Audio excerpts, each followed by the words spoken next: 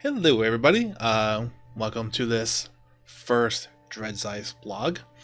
Now, these blogs are going to be either be quick written out deals, or maybe I'll do a video for them. It's basically whatever I feel personally either talking about, and it's either something dealing with me personally, something I'm observing, something within the Diablo community. It's whatever I see, like good old-fashioned blogs, like they were, like how they were 5-10 years ago. Fun times. Anyways, so the first one I was thinking about, like, well, if I'm gonna do one, like, what's the first one gonna be? And that's always the hardest thing to talk about. It's like, what's the first one gonna be? It's always that first one. After that, it's like turning the faucet handle. Like, you just get the water flowing. So I decided, you know what? I kind of set myself up for this one. So, I'm going to talk about my parent leaving from the content creating for Diablo not that long ago, and why the hell am I back? And what was the cause, and why did I come back, and all that kind of fun stuff. So, if you follow me on Twitter, you probably saw I did this whole big image going through at least the last almost decades worth of history just with Diablo, community building, outreach, websites, forums, good old Ventrilo servers back in the day,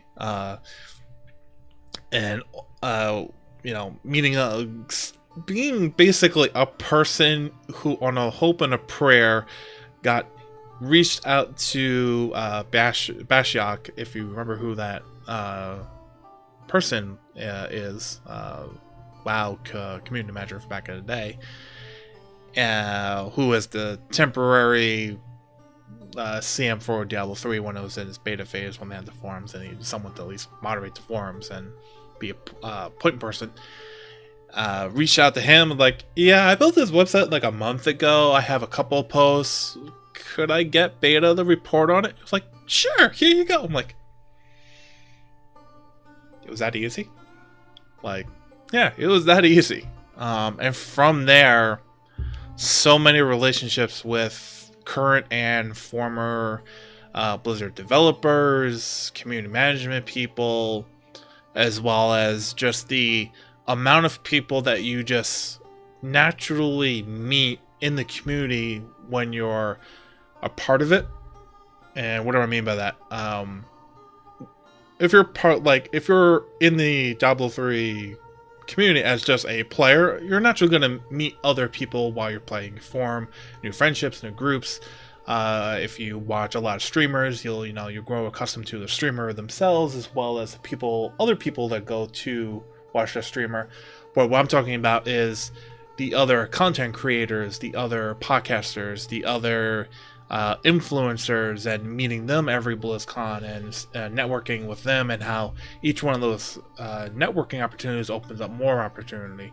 I mean, I think I've probably met well over 100 people just through that alone, over the years, of people who are either still working within Diablo 3 community or have moved on to other games at this point.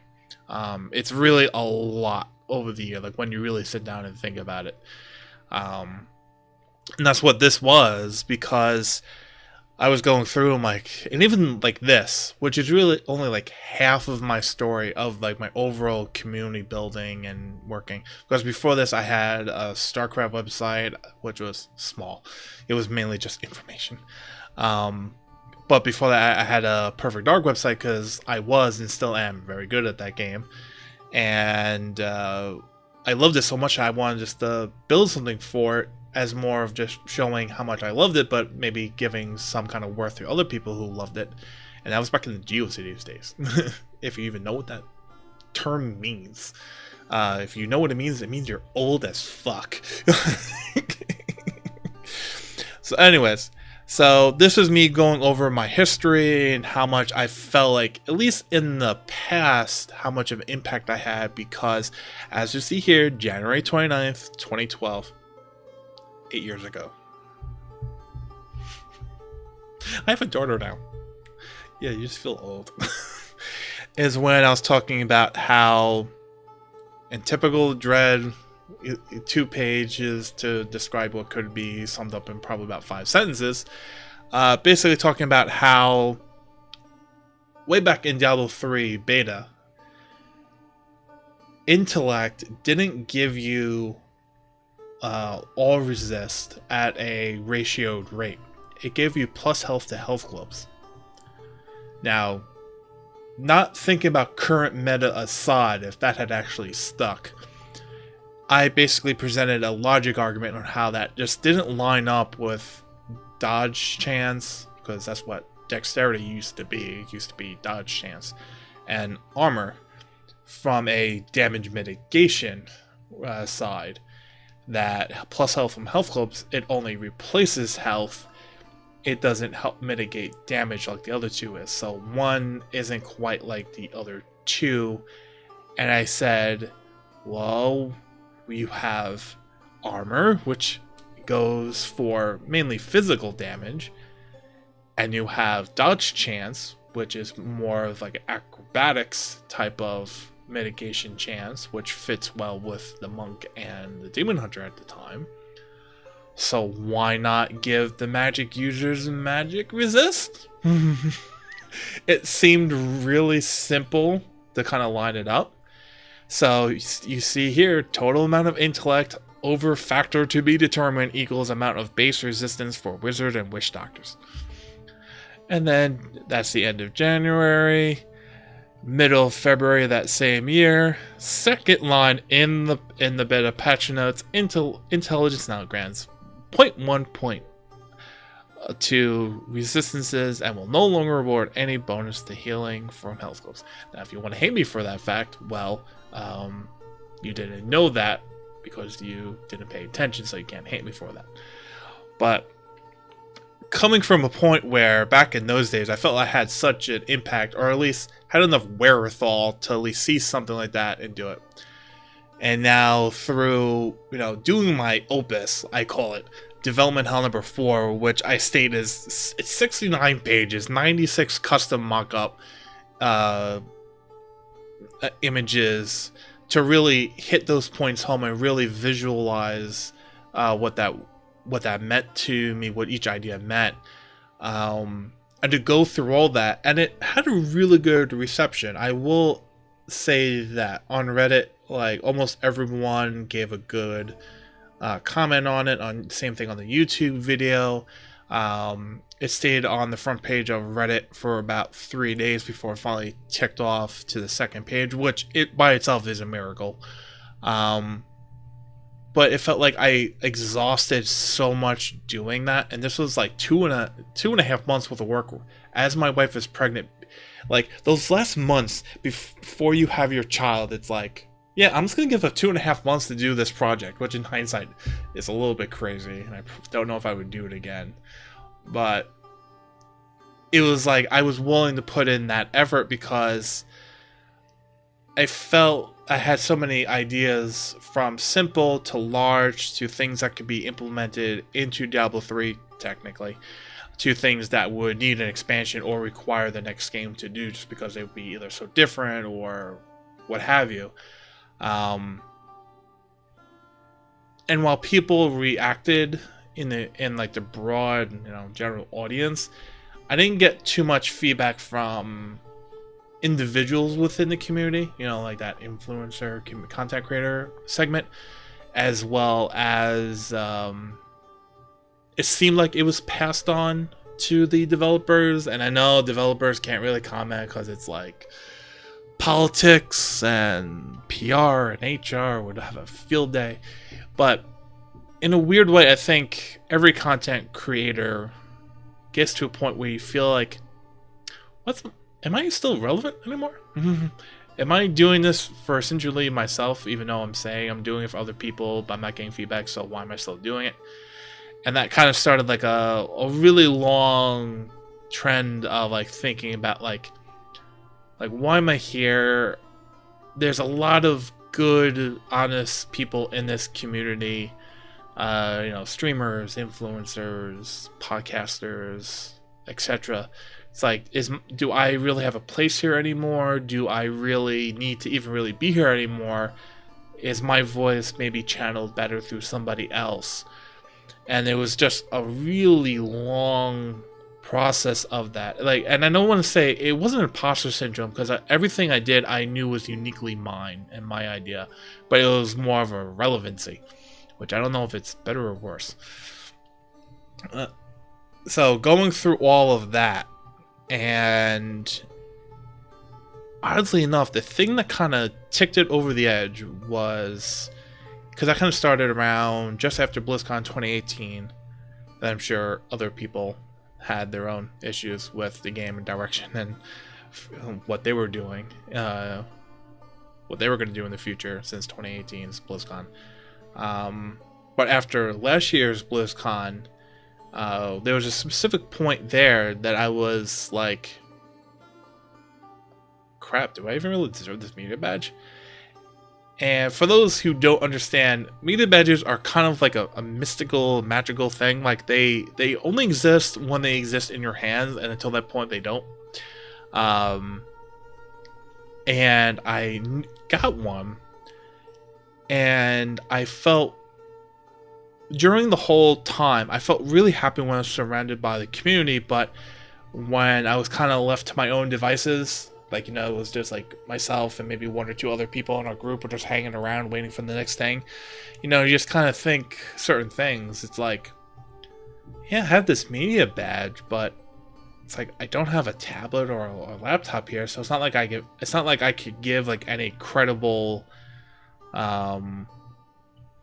feedback while I'm here. You know, I mean, I'm in the media room, and you know, I'm not saying these names to call people out, but it's like, you know, you see Riker and Bunkisha over, and they're going back and forth on feedback, editing video, and they're putting in their time because he's good at doing that and has been doing that for years. And then I look over at Nineball and Zenkiki over from Diablo fans doing their thing, and looking at SVR, and then eventually Blood, and who else? I think at one point Wrecker was done and he jumped in along with Leviathan, and I think one or two others jumped into a, like, well, I think what wound up being like anywhere between an hour or 2 hour, like, you know, just discussion general. And I'm sitting there on my phone just going, I'm typing out notes, but like, what am I doing here? It's like, I have a media badge. I should be doing something. Like I should be like holding this badge not with like entitlement, but with a sense of I need to own up to be worthy of having it. Like, it's not a it's not a privilege. It's, you know, it's a give and take. And then finally we had the group interview, which basically anyone who you would think would be there was there. And they stated in the beginning, they said, just raise your hand, and when you're called upon, state your name, your outlet, and your question. And I wouldn't say a panic attack, but I had a moment of like, oh crap, what's my outlet? I mean, I'm not a streamer. Am I here for myself? I know Brandy, more or less through the publishing, I knew I was invited, but am I here on my own record? Am I here because of the work I've done for BlizzPro? Am I here because of what I've been doing with Scythe and Shield at that time? Like, I didn't know. It wasn't stipulated. I wasn't told. And that was the other, and that's when people at BlizzCon, when I was thinking about this, I'm like, Dred, you're here. You were given a media badge. Like, why does it matter? But I'm like, I think as a content creator, even though you don't do things explicitly to be validated for doing those said things, you want to be a little validated for the work you put in. And it was hard because it was almost like I was being validated, but I didn't know if it was the work I was doing by myself, for the work for BlizzPro, or the work for Scythe and Shield, or all three. I didn't know. And it was like, So I just had to kind of say hi, Dredscythe from Blizzpro, because I thought that was the best politically correct answer at the time to give. And from that point going forward, up until when I did this post, essentially saying I was leaving content creation for Diablo, it was just kind of the same old. Like, I didn't know if I had a relevant spot. The whole community seemed like it was really ramping up. It was really doing a really good job of at least expressing views, expressing concerns, not going over the top, but not under-addressing things. It was like the perfect mix. And I'm like, all right, you know what? I'm just going to step away, let this game become what it is, and I'm going to walk. But then I had conversations. I expressed those concerns and everything, and I, with my dear friendly chaps, Shepherd, Knight, and Lion Sword, who the four of us have been doing season opening weekends and playing together for, oh god, probably almost 5 years now. And we've gone through shit together. We've also, had nights where we just laugh our asses off. And so we're really just comfortable in calling each other out. Yeah, which doesn't happen that often. But mainly, just like, helping each other through things. And this was one of those that they helped out. And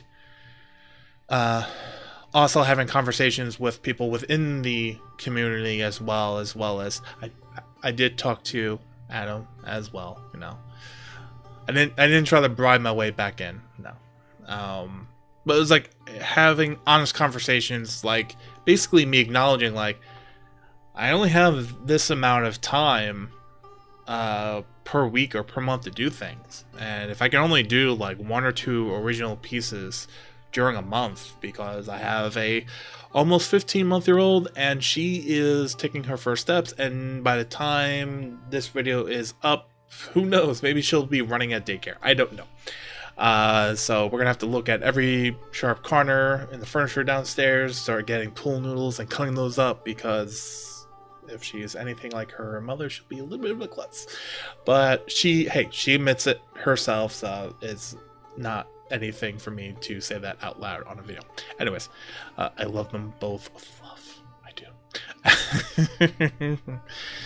do. But it's the fact of, like, I've gotten older, I don't have as much time, I have to keep track of a house. I'm fortunate that I'm working at home permanently now, but I'm still working. It's not like I can say, alright, I can take 6 hours to do this and then try to, like, use these 2 hours to do something. Wink wink, but like, no, it's like, I still have to treat work as work, keep a routine going, keep a schedule going, be the responsible adult that we all try to be day to day. And having those conversations, getting at least the acknowledgement that no, that will be fine. Like, if you're just being there for the community, helping, doing essentially what I've been always doing, then that's all that's required. And it was really strange, because it's such a simple thing to say and hear, but it's almost like sometimes you need to hear it to really feel it and to go forward with that. So overall, when I left, I felt like I didn't feel any better.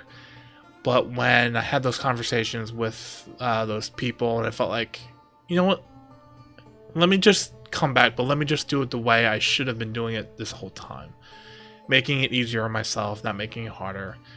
If I still want to do the giant dev hells and mock-ups, then I can do it, but just do it in my own time, and when I do it, shout out to the world, and whatever happens, happens. But don't have to feel like I'm not ever relevant because of how I feel I measure up to people within the community. Like, I'm just doing my thing, everyone else is just doing their thing, we're doing our thing together. Separately, but together we're all part of this community, which at the end I think is what just needs to be driven home for me again. So yeah, so back in the community, doing community work for Diablo, doing my own thing for Diablo, and yeah, it's actually kind of cool looking at this image and saying like how much this group has grown at BlizzCon over the years. Like this was probably one of the biggest ones. There's still people missing here, like Big Daddy Den. We miss you. Not this year. Hopefully next year. Hopefully next year everyone comes. Hopefully.